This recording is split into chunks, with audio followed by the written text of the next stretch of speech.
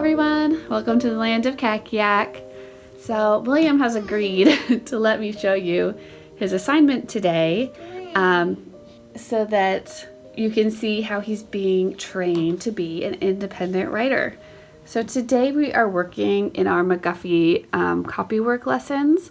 He is doing a print version of the second reader, and so he's just working on his handwriting during this part when he's actually doing the copy work.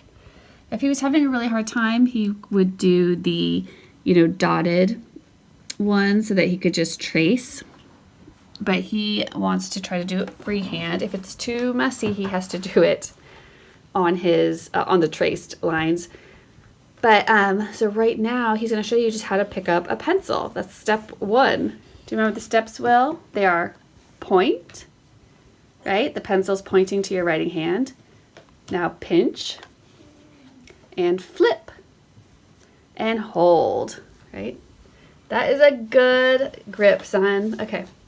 Then he's going to make sure his arm is lined up so that's why his paper is turned, right? And he is going to hold the paper still with his other hand. That will really help him cut back on errors. He's got 6 lines to do today, so he's almost done with the copywork part. So the next thing he's going to do is he's going to actually move into proofreading and editing himself. So he has one of these sentence editing bookmarks, and I've just highlighted the parts that I want him to pay attention to for right now at his level, because we have gone over capitals, we've gone over spacing, writing on the line, proper nouns being capital, spelling words. Well, his words should be spelled right because they're just copied. So he's going to want to look at them and make sure, double check that they are spelled correctly as he's proofreading, see if anything catches his eye is not looking right. Did you use punctuation at the end? He knows how to do that. And then he's going to go back and read his own sentence aloud, not the model sentence, his own sentence aloud, because that will, his ear will tell him if he's made a mistake, right? He either won't be able to read a word because it's misspelled, or he'll realize maybe that he's skipped a word or repeated a word, which sometimes happens with copywork. And so he should be able to hear that if he reads the sentence aloud to himself. Okay, then our possessive, because we've gone over possessive S's and contractions, he'll be looking for those to see if they're used correctly. And if there's anything that needs commas in between it, such as lists, and I want him to notice if between, or before and, but, or between conjunctions. So I want him to check all those things and just notice them. And then I'm going to have him, whatever color I highlighted on his bookmark, he's going to highlight those items with the same color.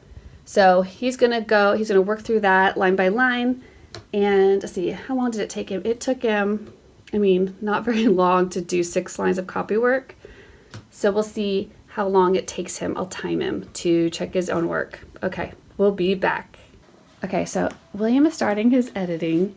So he's just going to go through since you don't want to keep going back and forth between colors. He's going to go through all the blue highlighted things first, and he's going to highlight them. So the first thing he's going through is, did you start with a capital, as in each sentence? So he's going to highlight each capital letter at the beginning of a sentence. Then he'll notice if he gets to the beginning of a sentence and it's not capitalized, and he can make that correction, right? Next, he's going to go to the next blue thing. Did you capitalize proper nouns? So he's going to have to ask himself, what's a proper noun? And is there one? No. In your writing? Yeah, he already says no, there's not, and there's not. So then he could just go on to the next blue item, which is, did you use punctuation at the end? At the end of each sentence. So Will, make sure you start from the top and move down. Don't go backwards, okay? When he is through all of the blue edit items, he'll just go through and do all the violet edit items, and I will show you how it turns out. William just finished his, it took him, I don't know, 3 minutes to do this. So he decided he wanted to underline it with when he did the part where he was reading it aloud. So that's fine. When he read it aloud to himself, he underlined it when he was checking to make sure it made sense. And what are all those, William, can you explain all these little purple squares and circles in between, what that was about? Because the squares are like the good like spaces. A good amount of space between them, yep. Yeah.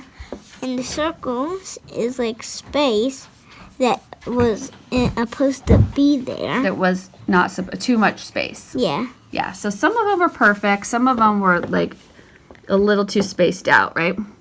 But that's just a good note to remember. So when you go to work on that next time you do copywork, you'll remember, because you'll see that.